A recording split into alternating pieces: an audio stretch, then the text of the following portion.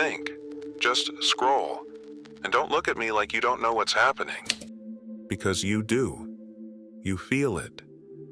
There's something inside you that dims every time you open another app. Every time you swipe without thinking, without seeing, without choosing. And the worst part isn't that you do it. The worst part is that you've convinced yourself you can't stop. That this mental fog is just how life works now. We're living in an age of mental zapping. We jump from image to image like silence might burn us, like stillness equals death. And do you know why? Because it was engineered that way. Designers, psychologists, developers spent years turning your attention into a product, and you gave it away. Your presence, your focus, your peace, traded for microdoses of dopamine wrapped in 15-second loops. Mental decay didn't arrive in a thunderclap. It slid in quietly, a habit disguised as harmlessness that grew into a chain. First came distraction. Then came exhaustion. Now we're addicts of the instant, compulsive consumers of emotions that aren't even ours. Sadness on demand, packaged laughter, predictable outrage. But wait, breathe. This isn't the end. This is the threshold. You feel it, even if you don't yet know how to name it. That fatigue, that mental friction you carry every day, it's not weakness, it's a signal. You don't want more content. You want connection, not more stimulation. Meaning, we are entering the post-brain rot era, a quiet revolution where we don't chase clicks, we chase clarity. Where we don't want to go viral, we want to feel real. This isn't a trend, it's survival. Because human beings weren't built to consume endlessly without collapsing inside. Your mind withers in noise, but in silence, it blooms. They lied to you. They said more information meant more wisdom, that being connected meant being present, that knowing everything would make you whole, but you know it doesn't. But here's the truth no one likes to face. Knowing a little about everything makes you shallow. Being informed isn't the same as being awake. It feeds the illusion that you're present when you're actually sleepwalking through digital noise. Have you asked yourself why it's so hard to focus now? Why you can't read 3 pages without checking your phone? Why silence feels uncomfortable, like you're missing something? It's not random. It's the result of design. Your brain's been rewired, your circuits rerouted. Every ping, every swipe, every quick fix of novelty has overwritten your natural rhythm of attention. And this isn't just about screens. It's emotional. It's neurological. What you consume is crafted to hijack your primal responses. Fear, desire, anger, reward, they don't feed your intellect. They feed your impulse because they know. Reason doesn't sell. Depth doesn't trend. Slow thought can't compete with a flood of endless distraction. But here's the twist. That fatigue you carry, it's not failure. It's your system rejecting the noise. It's your mind realizing that fast content has no soul. That emotional junk food doesn't nourish, and you feel it. You feel it every time you stumble on something that doesn't yell, that doesn't manipulate, that doesn't chase attention, but holds it. And you stay. Because some quiet part of you whispers, this is real. Platforms are changing, not because they want to, because they have to. People are starving for substance. They don't want more dances, more templates, more loops. They want meaning. They want depth. They want to feel full, not just informed. We're shifting from passive consumers to conscious seekers. And yes, it's going to hurt. Because a mind addicted to noise suffers when it re-enters silence. Because thinking again isn't easy. It burns. And real content, like real wine, isn't made to please everyone. It's made to awaken those who know how to wait. But that discomfort is necessary. It's the price of detachment. Because only when you stop craving what numbs you, can you start building what heals you. The post-brain rot era isn't a movement. It's not a trend. It's evolution. It's the human psyche saying, enough. Enough noise. Enough artificial urgency. Enough existing in reaction mode. And now you have a choice. You can keep looping. Keep dragging your mind through the mud of constant stimulation. Keep believing every ping matters. Keep mistaking urgency for importance. Or you can stop. Breathe. Reclaim your agency. You can begin to reshape your relationship with the digital world. You can become a creator without ever posting a thing. A creator of your focus, of your silence, of your inner space. You can rebuild your mental diet. You can return to slow reading, to eye contact, to depth in conversations that don't need to be posted.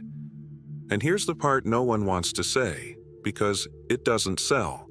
The content that's worth your time won't always entertain you. It won't always be easy. It won't always be fast. But it will shift you, wake you, realign you. You're not broken. Your brain isn't ruined. It's just overstimulated. What you need isn't more.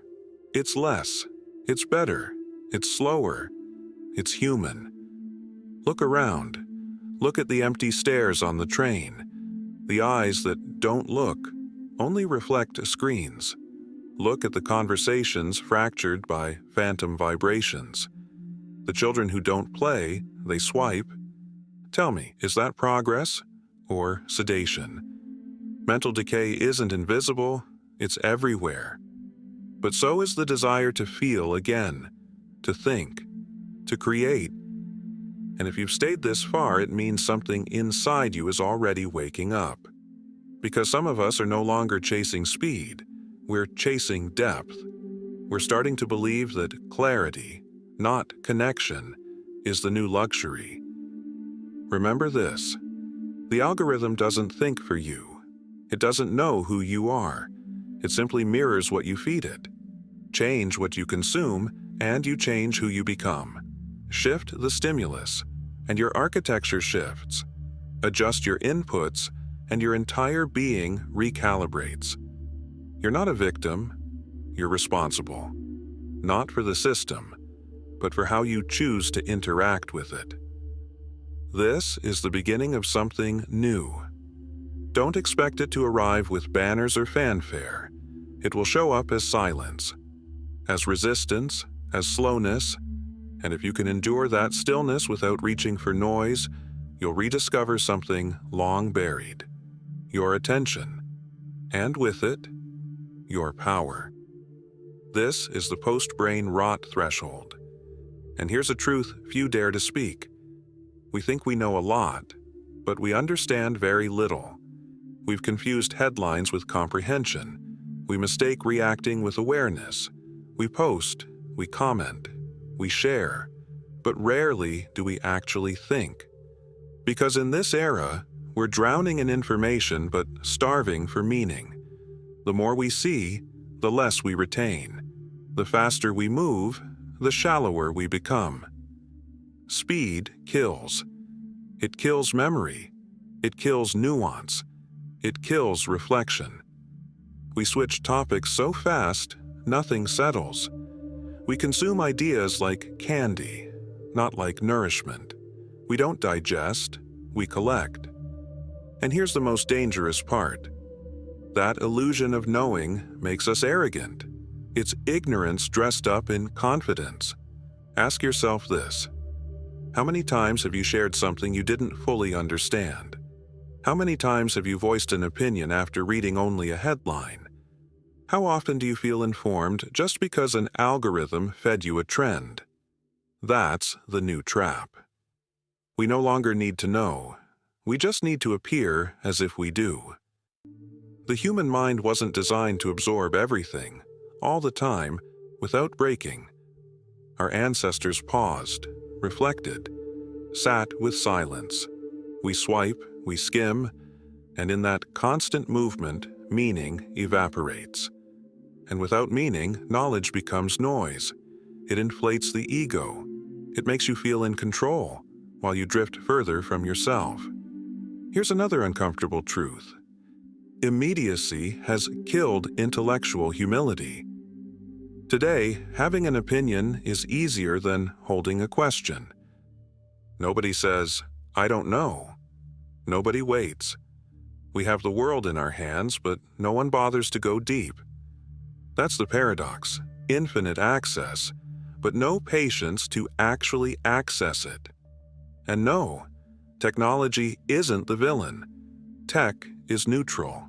It's a mirror. The problem is how we use it, how we've allowed it to colonize our attention. And where your attention goes, your energy follows. And where your energy lives, your identity is born. So look closely. Watch yourself scroll. Are you learning or just reacting? Are you thinking or just feeding your anxiety? Are you reading to understand or reading to not feel left behind? Because that's the other wound. The fear of missing out. FOMO. But what if the real danger isn't missing something? It's never going deep into anything. What if the real luxury is presence? What if real knowledge doesn't entertain but transforms? This is where everything shifts. It's not enough to mute the noise. You have to relearn how to think. And thinking hurts. It's uncomfortable. It's quiet. It doesn't give you applause. It forces you to face yourself, without distractions, without shortcuts. Thinking has become a radical act. And that's why most avoid it, because it's not fast, it's not fun, and it doesn't trend. But it's in that stillness where mental freedom is born. If you want to leave the brain rot behind, start by dismantling the myth of, "I already know." Start by welcoming doubt. Read books that confuse you. Listen to voices that challenge your beliefs instead of reinforcing them. Step outside the algorithm that feeds you what feels familiar. Go where your mind resists. That's where real growth begins. That's where the fire lives. The surface will always be easier, always more convenient. But it's also where your soul starts to disappear. And if you're still here, still listening, still thinking, then comfort is not what you want anymore. You want clarity. You want to break the illusion. Because breaking the illusion of knowledge means facing your digital ego, that voice that needs to be seen in every comment thread, even when it has nothing to say. The one that speaks before it listens. The one that confuses being visible with being wise. Not everything that shines is insight. Often, it's just polished noise, vanity dressed in engagement. And here's another brutal truth. A mind that doesn't doubt will eventually burn out. Because without doubt, there's no search. And without searching, there's no transformation. So question everything you consume. Break it apart. Deconstruct it. Even this voice. Because if you don't think for yourself, someone else will do it for you. And thinking for yourself, that's the most radical act left in the modern world. Can you feel that weight in your chest right now? That strange tightness? That's not anxiety. That's awareness knocking. Don't mute it. Don't scroll past it. Don't turn up the music to drown it out. Listen. That's your mind asking for its space back. That's your soul reminding you that there's still time. Still time to exit the spin. Still time to build a mind that doesn't need constant noise to feel alive. The post-brain rot era isn't a movement. It's a return to real thought, to reflection, to the sacred pause. This is a return to the human. And whether you join or not, that's your call. Because this shift won't come from media headlines. It won't be announced by algorithms. It will come from within. From those who dare to sit in stillness and think, even when it hurts. From those who choose to feel, even if no one clicks. From those who choose to be fully present, even if it's slower, even if it's quieter. Because what the world needs now isn't more content. It's more awareness. It's not speed we're missing. It's soul. There's a silent consequence no one wants to name. We're building our identity not from lived experience, but from what we consume. Think about that. We are no longer what we live. We are what we scroll, what we save, what we follow, and never revisit. Our personality has become a reflection of what the algorithm shows us. A filtered mosaic, curated and refined, but not ours. And that reflection? It's shaped by data, by patterns, by formulas that say, if you liked this, you'll become that. And you accept it, you wear it, you defend it, because it's easier than carving yourself from scratch. Ask yourself, are your opinions truly yours? Is your aesthetic, your voice, your worldview a genuine expression, or something subtly assembled by trends? We don't realize it, but we've outsourced self-construction. There's no longer a self born through contradiction, through silence, through failure. There's a self constantly validated, edited, retargeted by emotional feedback loops. And that creates an even deeper fracture, the vanishing of the private self. That version of you that doesn't need to be seen to exist. The one that thinks without posting, that feels without performing, that lives without measuring worth in views. And when that self disappears, so does your sanctuary, that inner place where you can say, this is me, even if no one's watching. Public exposure has swallowed private existence, and we're forgetting what it feels like to be real, in the dark, unfiltered, unshared. The quotes on t-shirts, the recycled phrases. Everything is repackaged to feel fresh, while hollow on the inside. Because it wasn't born in silence. It didn't come from boredom. It didn't come from you. And here's the core of it all. We're losing the right to be alone with ourselves without feeling empty. And that's devastating. Because if you can't sit with your own mind in silence without needing a distraction, then how will you ever know who you really are? If you never go inward, you'll forever chase outward. You'll keep reaching for things that were never meant to complete you. And here's the danger. If you don't reclaim that space of inner solitude, you will become what the system wants. Not who you are, but who you need to be to remain digestible, predictable, sharpened down to fit a mold you never chose. Same faces, same sounds, same fears, reshaped by the same stimuli, repeated until uniqueness vanishes. But you weren't made to blend in. You weren't born to be another copy. You weren't meant to spend your life watching others live while you numb yourself with shorter, lighter, emptier doses of nothing. And if you've come this far, it's because a part of you already knows. That quiet version of you, the one that hasn't spoken in a while, it wants out. It doesn't want to scream. It wants to exist. It wants space. Not for performance, but for presence. And now we've reached the edge, the moment where only two paths remain: jump or keep looping. But before you choose, pause. Breathe. Close your eyes if you're willing.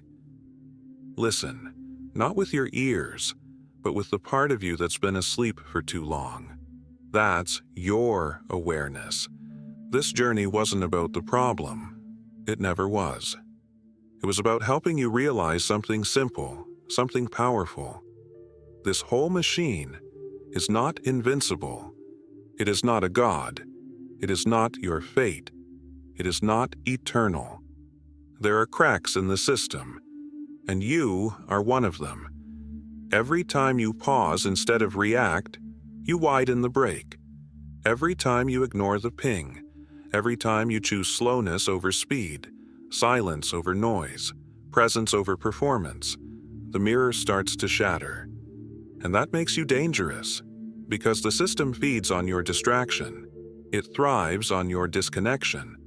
But the moment you fill yourself from within, you slip beyond its grasp. Because what they fear most is unpredictability. A mind that doesn't autoplay. A mind that doesn't follow just because it was told to.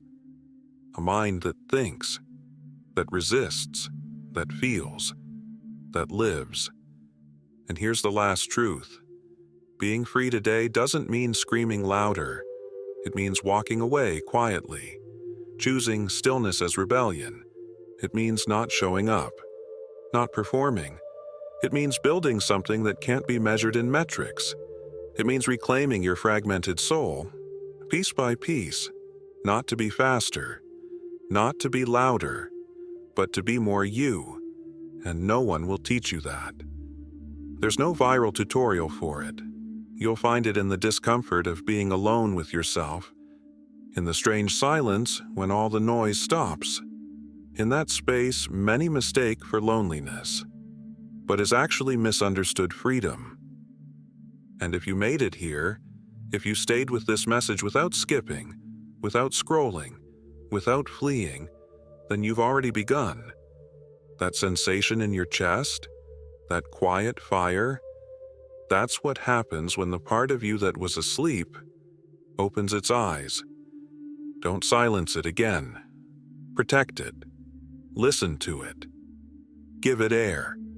And if this moved something in you, even one neuron, I invite you to something that's not asked out of habit, but conviction. Subscribe, but only if you're ready to question, to unlearn, to rebuild. This isn't a dopamine factory. This is a place for sharpening, for shedding, for remembering who you were before the noise. And if you want to join this silent movement, leave a phrase in the comments. Not an emoji, not a reaction. Write it, just one line. I choose silence. That will be the mark, the password, the crack in the algorithm. And now I leave you, not with a motivational quote, not with a slogan. I leave you with a question that will follow you long after this screen fades. When no one's watching, who are you, really? We'll meet again, if you decide to return. Or, better yet, we'll meet in the silence.